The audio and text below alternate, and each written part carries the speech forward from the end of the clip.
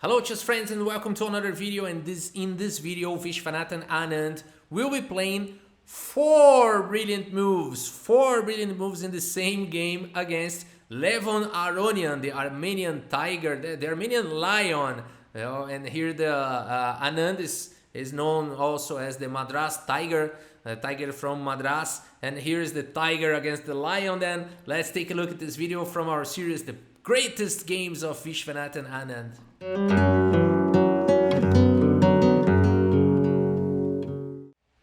Okay, this game was played in 2013, and Aronian is with the white pieces, and he starts with d4, the queen pawn, and then d5 and c4, the queen's gambit. And here Anand replies with c6, which is this Slav defense, simply protecting the pawn and also clearing space for the queen to play. Knight f3 was played, knight f6, knight c3, and e6, just overprotecting here. And this is the semi-Slav defense. The semi-Slav defense is this formation with the pawns on e6, e6, and d5. And here Aronian continues with e3. Knight from b to d7, bishop to d3, just developing. Pawn takes on c4, bishop takes on c4, and already b5 attacking the bishop. The bishop goes back to d3, and now bishop goes to d6, preparing to castle, preparing to protect the king and bring the rook into the game. Here both players secure their kings, so castling. And here queen to c2, already starting here an attack on the h7 pawn on these light squares. And here Anand calmly and coldly continues with bishop to b7, just improving the position of the bishop. And maybe black here, the usual strategy here is to play the rook to c8, maybe sometimes the pawn to h6 to protect b5, and at some moment push this pawn to c5 and get extra space on the queen's side. So Aronian here continues with a3, now preventing b4, and here rook to c8, continuing with that plan. But in this position, Levon Aronian starts to complicate the game already by playing this move knight to g5, and there's too much pressure here on h7. And what would you play here? I know many players would simply play h6 and then knight from g to e4, and white is simply okay in this position. But here Viswanathan Anand goes with a surprising move here, c5. What is he doing here? What is Anand doing here? Very provocative move, c5, just allowing the knight to capture here on h7, which Aronian does immediately. So knight takes h7 was played, and now the rook is attacked. And it's not so good for Anand to play a move like knight takes h7 here, because after bishop takes h7 and king h8, the bishop simply goes back, and white is a pawn up and with better material and better position, because of this king is not really well protected here. So simply a good position.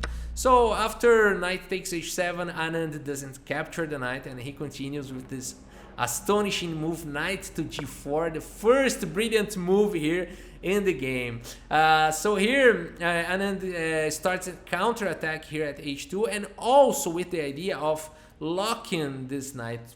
It's not locking really, because it can capture the rook here. So Anand is seeing something else here with this counter attack, a brilliant counter attack. And here is not easy, because black is already threatening to capture here on h2 and bringing the queen to h4, and probably checkmate is coming very quickly. So it's very difficult to find a move here. Of course h3 could be played, but this would lead to unclear position. For example, like after bishop h2 and king goes to h1 and then queen to h4, and it's really not clear what is going on in this game in a position like that. So that's why Aronian preferred to play f4, and now he's simply blocking here the attack on the h2 and also giving some room for the king to escape in the future. But here Anand continues with c takes d4, and not queen h4 immediately, because white has h3 here, and there is no good way to continue this attack immediately. So you would either to have to go back with the knight, or you know, it's really not clear what's going on again. So here Anand preferred to play with c takes d4, and after e takes d4, now this move is just amazing. The next move is just well, the next three moves here are just a sequence of another. The next two moves are brilliant moves in a row, and the last move of the game is also another brilliant, completing four brilliant moves. And it's just outstanding here what Anand does here, which is bishop to c5. Come on, what's that? I've never seen something like that. Now attacking here the pawn and just giving away the bishop, which by the way Aronian doesn't capture here. He doesn't play pawn takes c5 because here after knight takes c5, now the bishop is attacked, the queen is coming to d4, and there's a strong attack here on the f2 square. For example, if knight takes f8, just capturing the rook. Here queen d4 check, and after king goes to h1, here knight takes d3, and now f2 square is just there's too much people going there, and white is almost getting checkmated. H3 forced to move, and after knight from d to f2, white is forced to capture. Rook takes, knight takes, and the knight keeps being protected by the queen. So after king h2 and king takes f8, black has a good position. It's not that black is winning here, but it's really difficult to find moves here for white, and it seems that maybe in the long term it's easier to play as black here. So really a good move here from Viswanathan Anand. The game continued with bishop to e2, attacking the knight, and now another outstanding move here from Anand. This move, knight, another brilliant move, the second brilliant move in a row, the third in the game. Knight from d to e5. What is going on? I mean, this pawn is pinned. Of course, he cannot capture the knight, but this pawn can capture the knight, and this pawn can capture the bishop. So you choose which piece you want, and none of those pieces can be really captured here, because if pawn takes knight here, then black is just winning here. There's checkmate in a few moves. Queen takes d4 check, and after rook to king to h1, then queen to g1 check, and after rook takes g1, knight f2. This is mother checkmate here, no? So a really nice pattern. So really tough position here. And what about capturing the bishop? Well, this doesn't work as well because of queen d4 anyway, and after king goes to h1, then knight f2 check, threatening the same pattern here in a different fashion. But after this move, then just simply queen g1 and followed by knight f2 checkmate. And well, another possibility is that after queen d4, not king h1, but rather well, there's only way to avoid, to postpone the checkmate. Checkmate is coming anyway. Bishop to e3 and queen takes e3, and now maybe queen h3 is winning immediately here, because this pawn is pinned and there's no way to capture the queen, and there's no way to avoid queen takes h2 checkmate. Of course, you can postpone it by capturing the knight, and then by playing knight f6, for example, and then by playing another crazy move, and just postponing the unavoidable checkmate here on h2.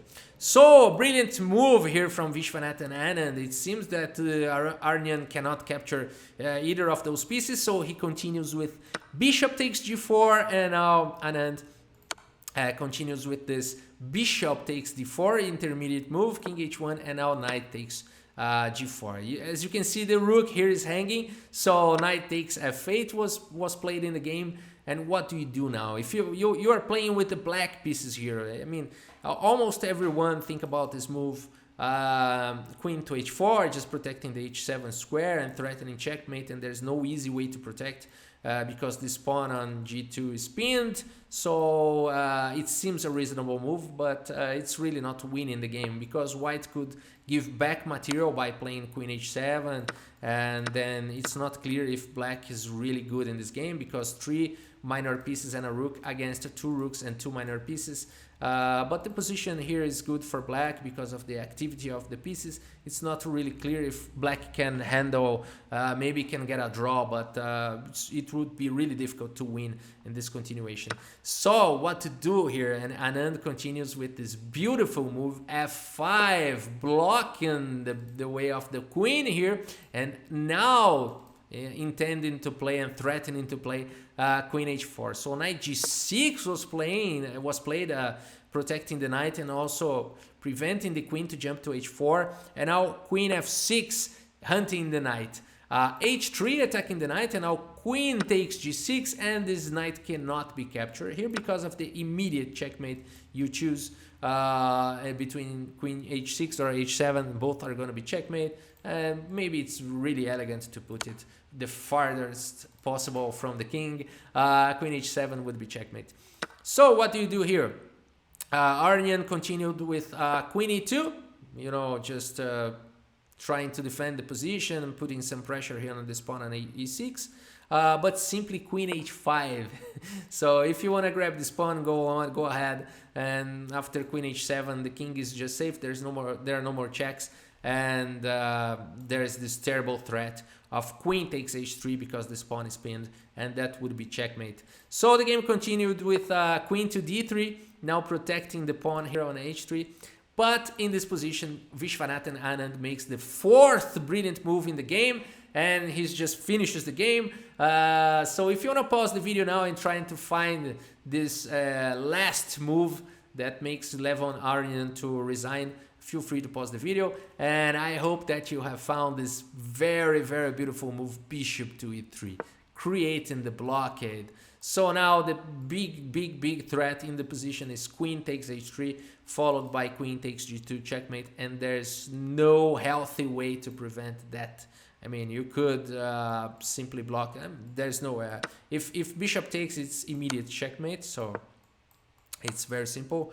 But if something else like knight to e4, maybe you could have after bishop to e3, maybe knight to e4 could have been played, but it's just postponing the unavoidable. Bishop takes e4, and the problem is still here. So even after queen takes and f takes, and the pawn still cannot capture the knight because it's pinned, and black continues with its problems here in the position.